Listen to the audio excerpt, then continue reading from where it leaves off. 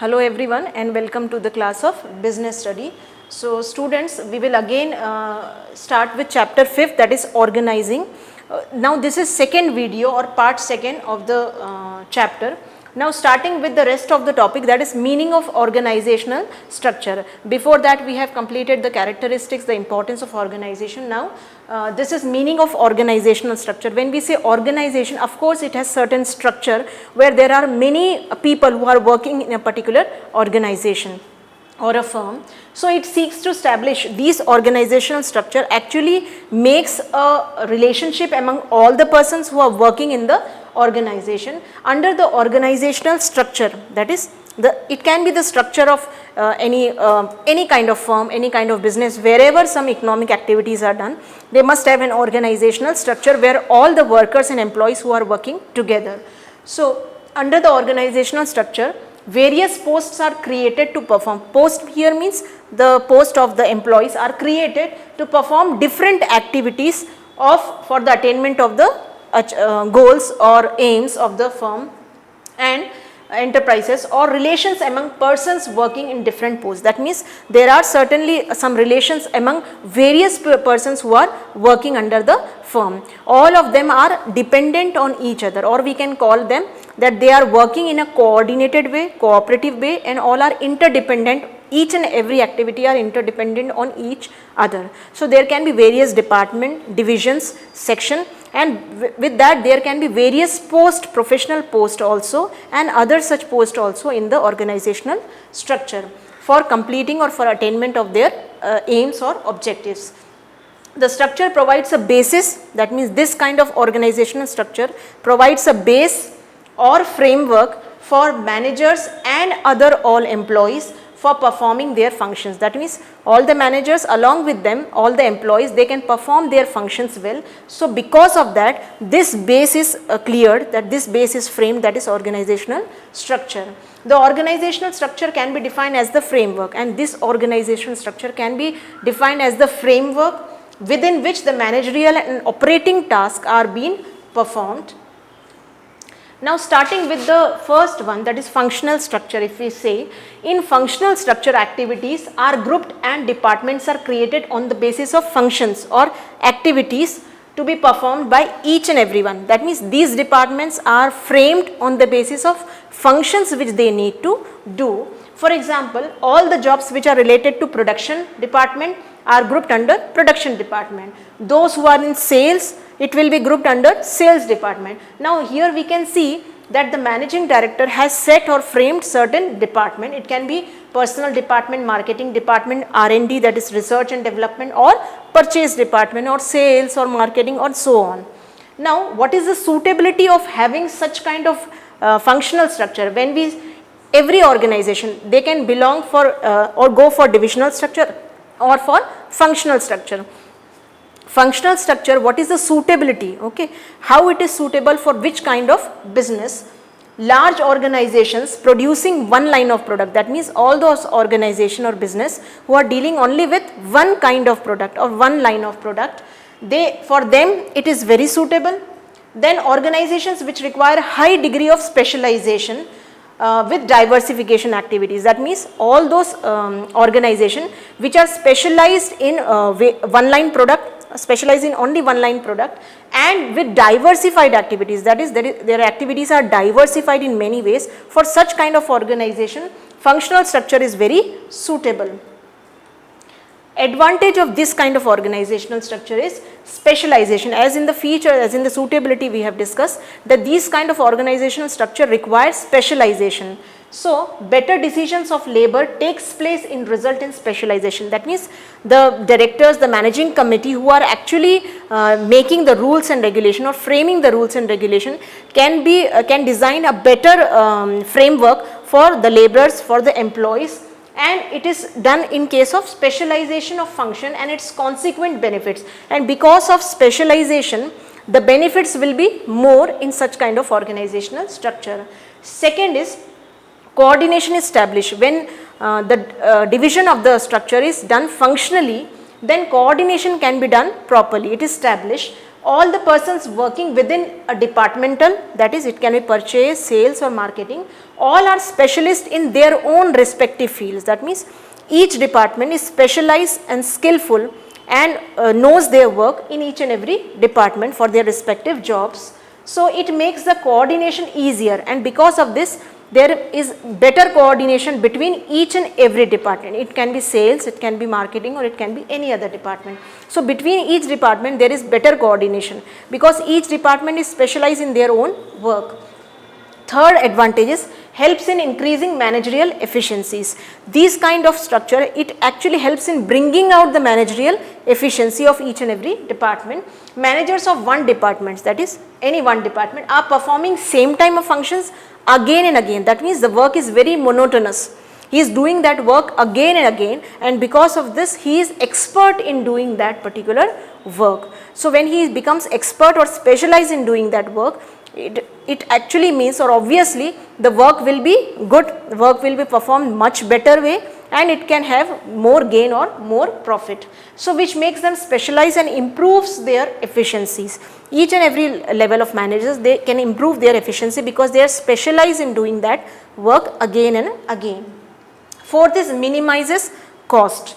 It leads to minimum duplication, minimum expenses, because minimum duplication of efforts which results in economies of scale and thus lower the expenses or lower the cost. So this was advantages of functional structure. Now but besides that, as I said that the coin has two sides. With advantages there are certain disadvantages of this functional structure, that is ignorance of organizational objective. As I said, each and every department is specialized in their own work. So what happens is each and every departmental head works according to his own wishes. He is not taking care of what other departments are doing. He is involved or busy in his own department, and he works according to his own wishes, his own rules and regulations, and they always give more weight to their, that means they always give more importance and more weightage to their own departmental activities and objectives to complete that only. So they are not least bothered about the organizational objectives, that is general or common objectives. They are not bothering about that. They are involved in their own departments, hence overall organization objective. So whatever overall organization or common goals of aims are cannot be achieved, it suffers. Okay. Second disadvantage is difficulty in interdepartmental coordination. This was advantages also, okay, better coordination can be established, but practically if we see, better coordination cannot be possible or cannot be established. There are certain difficulties in that, as all departmental heads work as per their own wish. They have their own frames of rules and regulations, their own management, their own activities, so which leads to coordination within their department. They are well coordinated within their department. They are not taking care of other departments, and within the department easier, but it makes interdepartment, whatever interdepartmental coordination when it comes, it is very difficult to handle. That means each and every department, they are doing work well in their own department, but when it comes to coordination between different departments, there leads to have certain conflicts, disputes, some quarrels also, and some difference of opinion also, and because of this there is difficulty in interdepartmental coordination.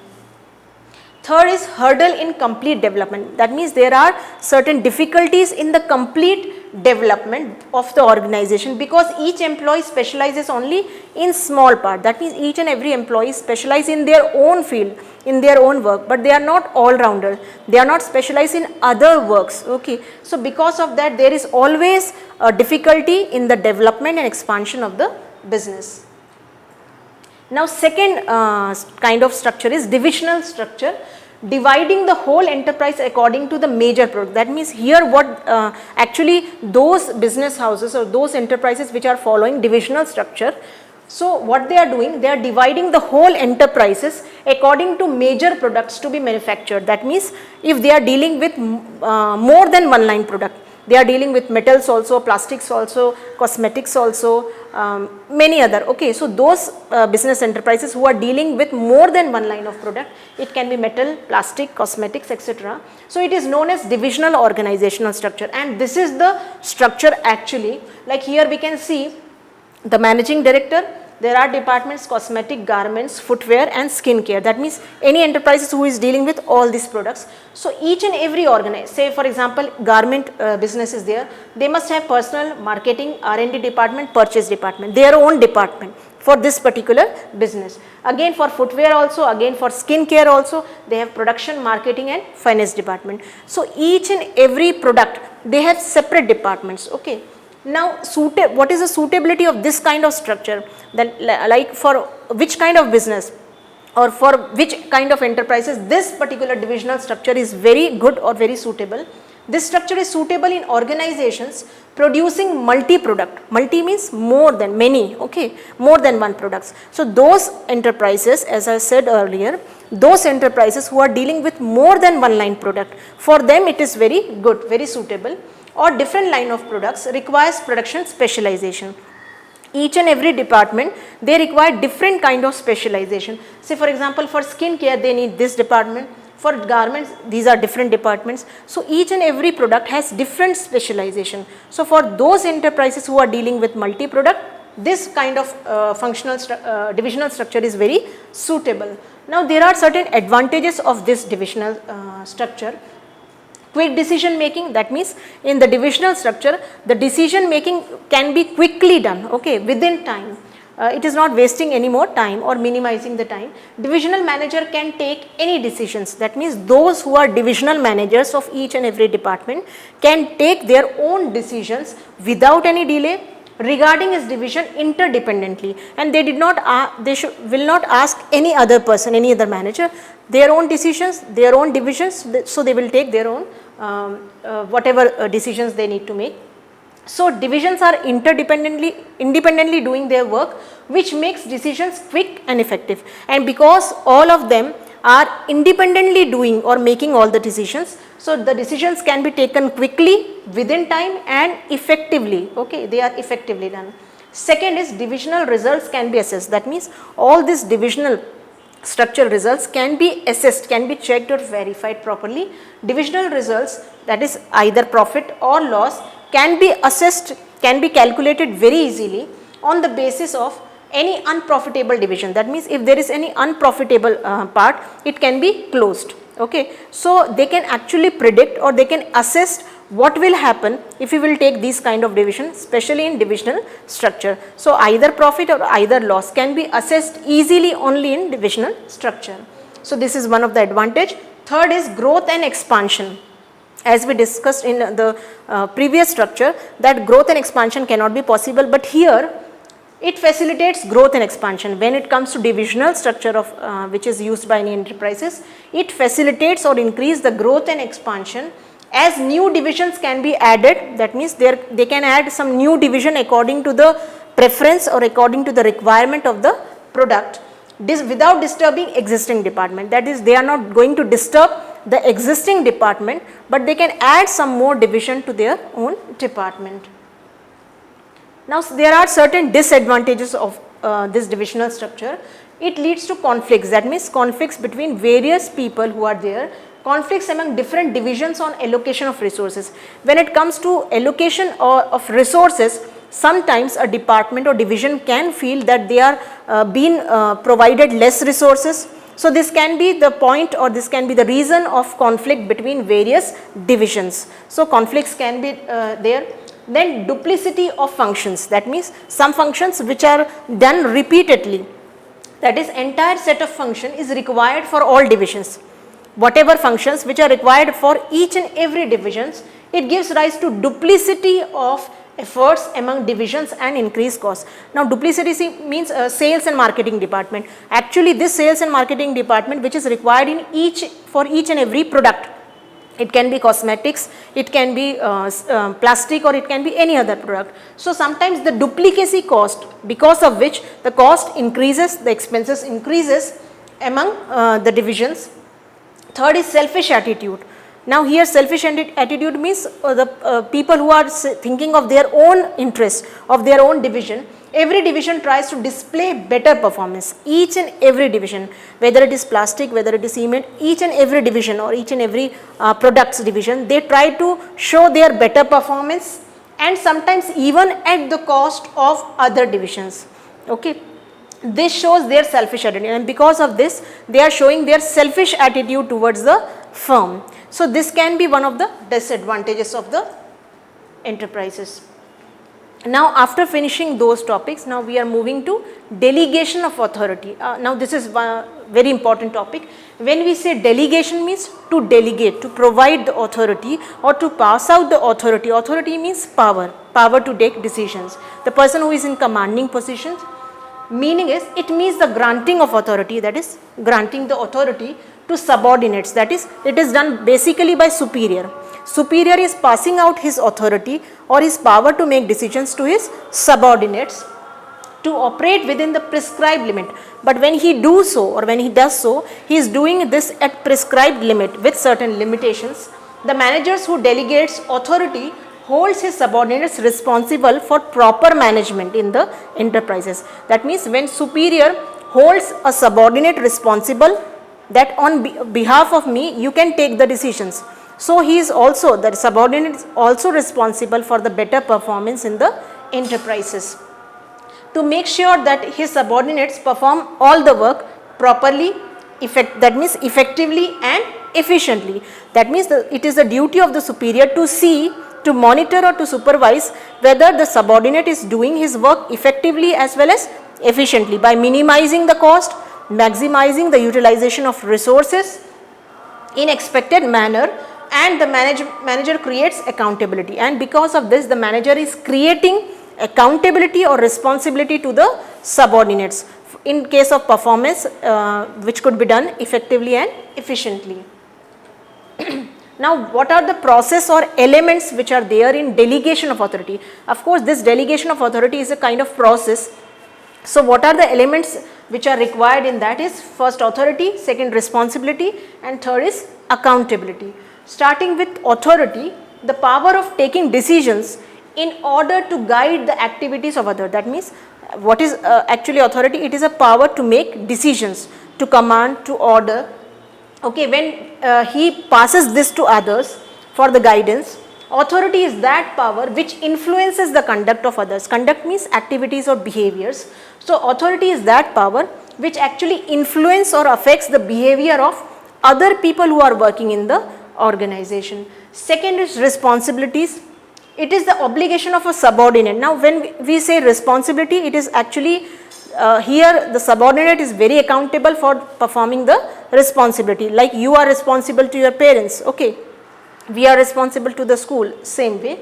So it is the obligation of a subordinate to properly perform the assigned duty. That is whatever duties which are assigned to the subordinate, it is his duty and to do that work obediently, wholeheartedly, effectively and efficiently. That is his responsibility. So when a superior issues order, it becomes the responsibility of the subordinate to carry it out in a proper way.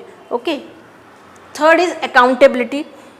When a superior assigns some work, that means when a superior assigns some work to the subordinate, he is answerable. When we say accountable means along with responsibility, he is every time answerable to the superior in case certain bad things happen or work could not be done effectively or efficiently or certain losses incurs or the work could not be done properly. So he is answerable in that particular case to the superior.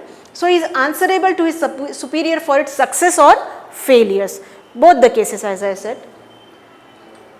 Now what is the difference between authority, responsibility and accountability? It will make you each three elements very clear. Now starting with meaning, authority means right to command. A right you have been given to command or to order. Responsibility, obligation to perform an assigned task. It's just an obligation that you need to perform the assigned task which is given by the superior to subordinate.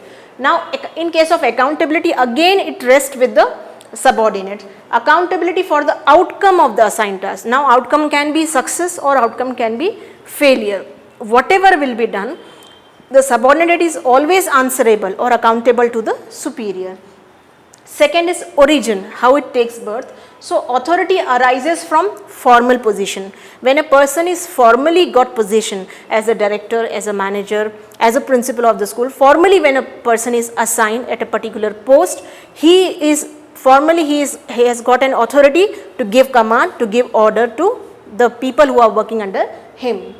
Whereas responsibility arises from delegation of authority. As the authority is being delegated to the subordinate by the superior, automatically the responsibility occurs. In case of accountability, it arises from responsibility. If the person is being responsible for certain work, he is answerable to that also, or accountable to that work also. Flow now downward from superior to subordinate, that is from top level to lower level.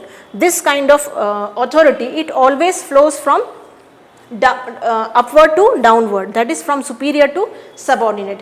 Whereas in case of responsibility, it is from subordinate to superior, that is it moves upward from downward to upward.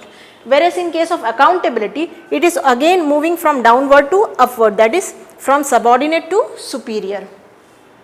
Now withdrawal, in case of withdrawal, that means any time the business can be or enterprises can be wind up, so it can be withdrawn any time, that is authority can be withdrawn any time by giving further orders or instruction or prior notice, okay. Whereas responsibility cannot be withdrawn, and in case of accountability it cannot be withdrawn, okay. Now this is all about today's video. Hope to meet you in the next video again. Till then, thank you, goodbye.